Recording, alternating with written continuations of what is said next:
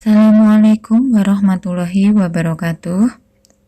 Pada kesempatan kali ini, saya akan menjelaskan tentang berpikir ilmiah pada materi kuliah Filsafat Ilmu dan Bioetika yang dibimbing oleh Bapak Dr. Eko Budi Minarno, MSI. Berpikir adalah proses gerak akal. Gaya berpikir ilmiah diantaranya empiri, yang berarti dapat diamati dan ada bukti nyata. Empiri adalah pengalaman sebagai sumber pengetahuan. Sumber pengetahuan ini diperoleh dari observasi atau percobaan. Dalam empiri dibutuhkan penalaran, yang mana sebuah proses berpikirnya seseorang dari sebuah fakta yang diketahui, kemudian dihubungkan dengan kumpulan data-data sehingga jadilah kesimpulan yang logis dan mengerti apa yang dimaksud. Ada beberapa tahap. Yang pertama, tahap empiri, merupakan hubungan empiri antar gejala alam.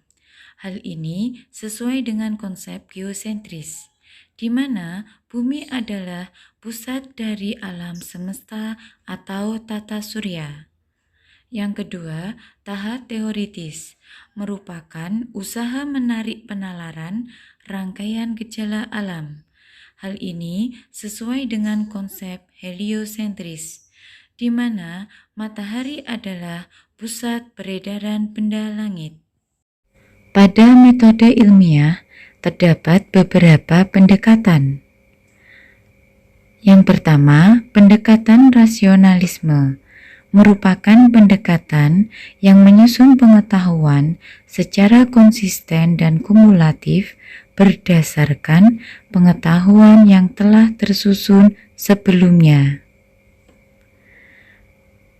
Dan pendekatan empirisme merupakan pendekatan untuk memperoleh pengetahuan berdasarkan fakta.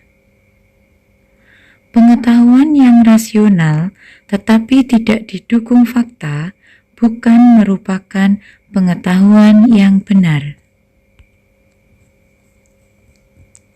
Metode ilmiah adalah menggabungkan antara pendekatan rasionalisme dan empirisme, sehingga pengetahuan ilmiah atau ilmu mempunyai dua kriteria utama.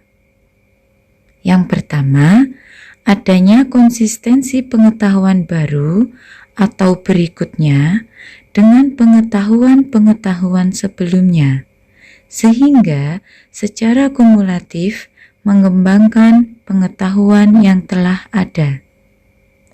Yang kedua, adanya kesesuaian antara pengetahuan yang dikembangkan dengan fakta atau fenomena empiris. Metode ilmiah merupakan langkah-langkah dalam memproses pengetahuan ilmiah melalui penggabungan cara berpikir rasional dan empiris dengan jalan membangun jembatan penghubung dalam bentuk pengajuan hipotesis.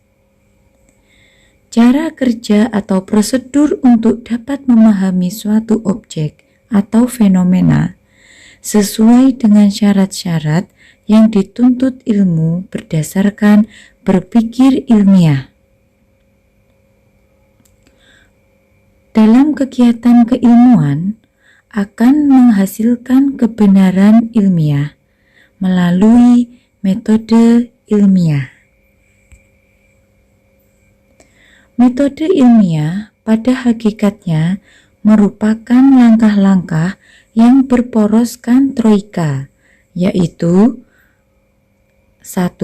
Penyusunan kerangka berpikir logiko-deduktif, merupakan penarikan kesimpulan dari kategori yang umum menjadi khusus. 2. Pengajuan hipotesis, kesimpulan kerangka berpikir. 3. Pengujian verifikasi hipotesis.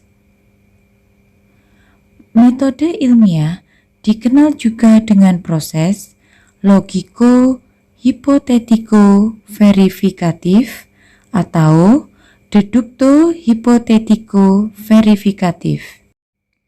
Langkah-langkah proses logiko-hipotetiko-verifikatif adalah sebagai berikut. Yang pertama, perumusan masalah. Masalah adalah kesenjangan antara harapan dan fakta. Adanya masalah tersebut membuat seseorang berusaha mencari jawaban yang tepat dengan membaca berbagai khasanah pengetahuan ilmiah, sehingga terbentuklah kerangka berpikir. Kerangka berpikir merupakan gabungan simpulan-simpulan hasil berpikir deduksi seseorang dari berbagai khasanah ilmu, seperti buku, artikel, seminar ilmiah, proses pembelajaran, diskusi dengan ahli, atau dengan yang lain. Kerangka berpikir ini disusun secara rasional menggunakan teori kebenaran koherensi berdasarkan premis-premis ilmiah telah diuji kebenarannya dengan memperhatikan faktor-faktor empiris yang relevan dengan permasalahan.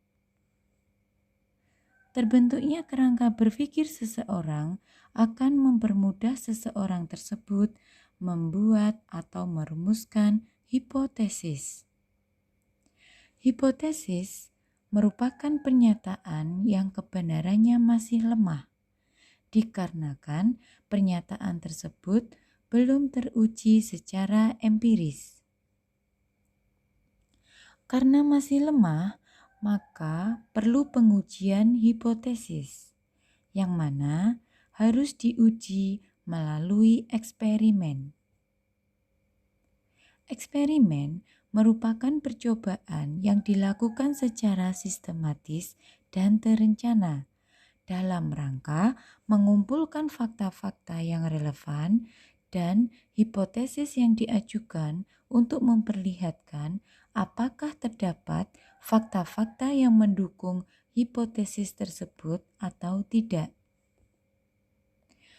Pengujian hipotesis menggunakan cara berpikir induktif yang berdasarkan teori kebenaran korespondensi, yaitu suatu pernyataan benar jika pernyataan tersebut sesuai dengan faktanya yang dituju.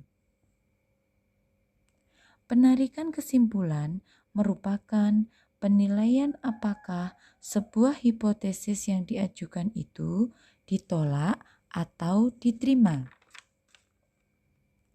Jika proses pengujian tidak terdapat fakta yang cukup untuk mendukung hipotesis, maka hipotesis itu ditolak.